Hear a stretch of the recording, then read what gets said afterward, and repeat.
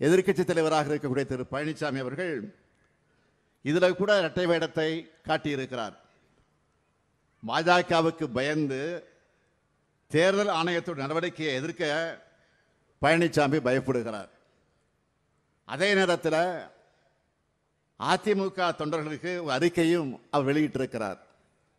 இன்று பத்திரிகையில் நீங்கள் பார்த்திருக்கலாம். இதை காட்டுகிறது, தேர்தல் ஆணையத்தோட நடவடிக்கையில் பழனிசாமி அவர்களுக்கு சந்தேகம் இருக்கிறது தான் இது காட்டுகிறது. ஆனால் அவரால் வெளிப்படையாக இதை எதிர்க்க முடியல. தான் பாஜகவுடைய பாதம் தாங்கி பழனிசாமி என்பதை நொடிக்கு ஒரு முறை அவர் நிரூபிச்சுக்கிட்டு இருக்கிறார்.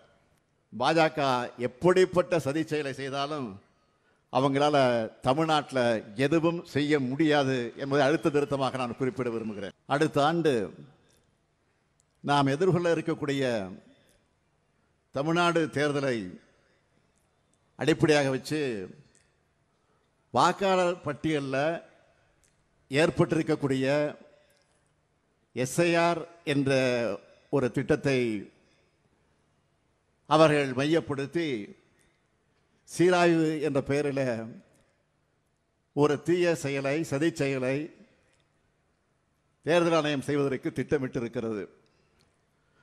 ஆக அதை தடுப்பதற்கான முயற்சியில் நம்முடைய அனைத்து கட்சி கூட்டத்தில் கலந்து பேசி தீர்மானத்தை நிறைவேற்றியிருக்கிறோம்.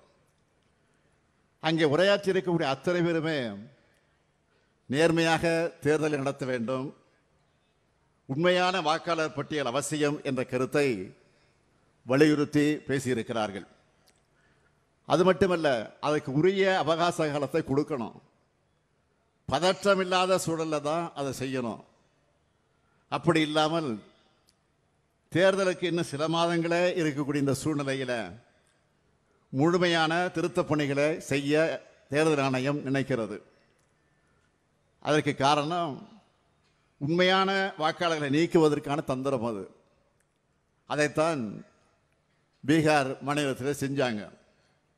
இப்போ மற்ற மாநிலங்கள் செய்வதற்கான முயற்சியில் ஈடுபட்டு இருக்கிறாங்க. பீகாரில் இதை செஞ்சப்போ தொடக்கத்திலேயே தமிழ்நாட்டிலிருந்து முதல் எதிர்ப்பு குரலை நாம தான் பதிவு செஞ்சிருக்கிறோம்.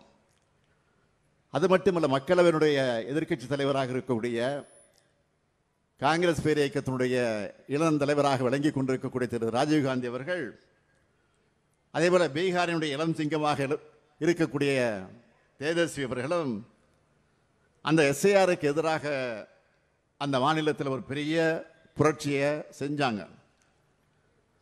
அதை தொடர்ந்து உச்சநீதிமன்றத்தில் வழக்கும் தாக்கல் செய்யப்பட்டிருக்கக்கூடிய நிலையில் தேர்தல் ஆணையம் அதற்குரிய பதிலை சொல்லலை, உரிய விளக்கத்தையும் சொல்லலை.